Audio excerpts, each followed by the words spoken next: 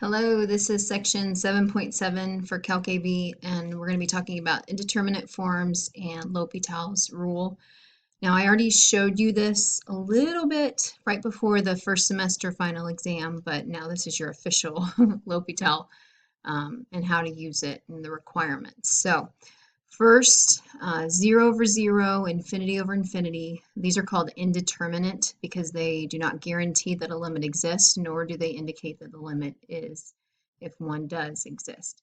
So when you get 0 over 0, infinity over infinity, when you're thinking through that mental flow chart, when you're trying to solve limits, this usually indicates you can probably do something algebraic to then solve it, but that's not a guarantee.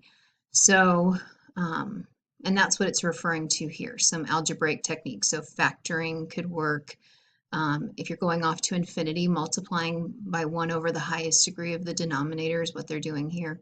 So you've got some strategies to tackling these limits. And I wrote over here a reminder, number over infinity is 0. Numbers getting smaller and smaller. That's when, remember, when you get down to the very bottom of your flow chart mentally, trying to think through ways of solving limits, and you're out. You're down to where you have to either look at the graph or think about what the numbers are doing. And that's what's happening with these.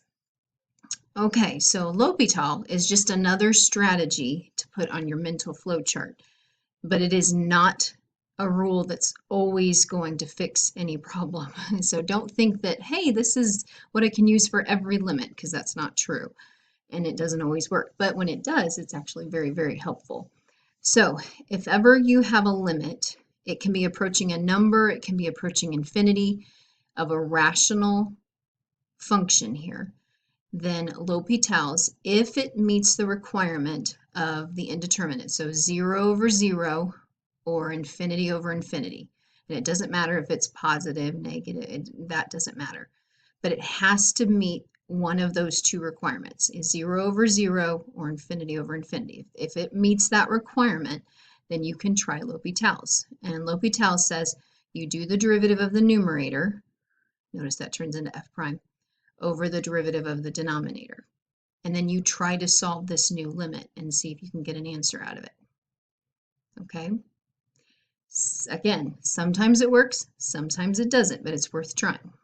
But I cannot emphasize enough, guys, it has to meet this requirement in order to even try it. If it doesn't, it's not a method. You can't use L'Hopital's rule. Okay? So here we go. Evaluating. Limit as x approaches 0, sine of 5x over 2x. Okay, immediately you do already know how to solve this one with your special limits, but if you plug in 0, you'll get 0 over 0. Oh. Now notice the AP graders were a little picky with this. Notice I didn't write equals 0 over 0. That's not a true statement. So notice I went off to the side and wrote 0 over 0 with a little check mark. That's just me mentally noting, okay, yes, I met the requirement. That's not something you have to show, but do not put equals 0 over 0. That's not true, all right? So then I wrote an equal sign with an LH above it. And that, again, is not a requirement. Notice, oh, sorry. Notice that's not, we didn't write LH over the equal sign. This is just for our, so that we know what we did when we were solving the math problem. So we used L'Hopital's. Then, and because we met that requirement, we did the derivative of the numerator, use chain rule. Sine becomes cosine of 5x times derivative of the inside, and then did the derivative of the denominator. So note that we didn't use low d high minus high d low over low low. We're not using the quotient rule. You're legitimately doing the derivative of the numerator over the derivative of the denominator.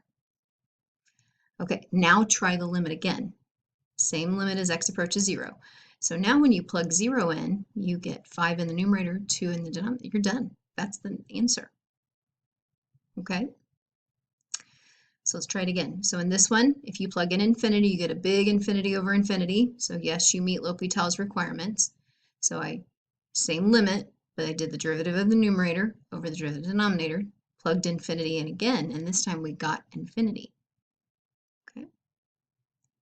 And just a quick reminder, this means that the limit does not exist. We're just giving more information on how it fails to exist. All right, so here's another one. So when you plug in infinity, you get infinity times another infinity, which is just an even bigger infinity, over infinity. So yes, it meets the L'Hopital's requirement. So we use L'Hopital's, same limit, did the derivative in the numerator and denominator.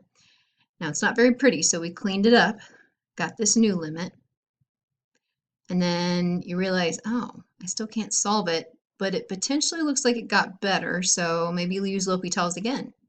So because it's infinity over infinity, we use L'Hopital's again, did the derivative and over the derivative. And then now you can move that x to the denominator. You just get number over infinity, which ends up being 0. So we actually use L'Hopital's twice. All right, and that's perfectly fine, as long as it meets the requirement. I can't emphasize that enough, guys. Just a quick note, I wrote some other indeterminate forms. We've talked about some of these in class. Some of these you'll have to take a pretty upper level math class to get into these topics, but yeah, these are the two that you need to worry about. Sometimes this one pops up, 0 times infinity, but this does not meet L'Hopital's requirement, so just be careful. All right, so here's another example. This one I like because you might not think L'Hopital's because it's not a fraction, when in fact that negative exponent moves that to the denominator, so you really are looking at a fraction there. So yes, L'Hopital's is something to consider, and it does work. So, okay, and then I just have some extra practice problems here down at the bottom. Just examples of using L'Hopital. I'm just going to look through them real fast to see if there's anything that jumps out. I'm not seeing anything that looks... I mean, number 8's a little bit of a harder one, but these would be excellent problems for you guys to sit down and work through, and that's what these lesson closers are meant for, to give you some extra practice. Okay. All right, that's L'Hopital's. Again, I'm going to say it one more time. It has to meet the requirement of infinity over infinity or 0 over 0 to even be considered, and it does not always work. Okay, it's not your fix-all. So, all right, make sure you do your homework. Let me know if you have any questions.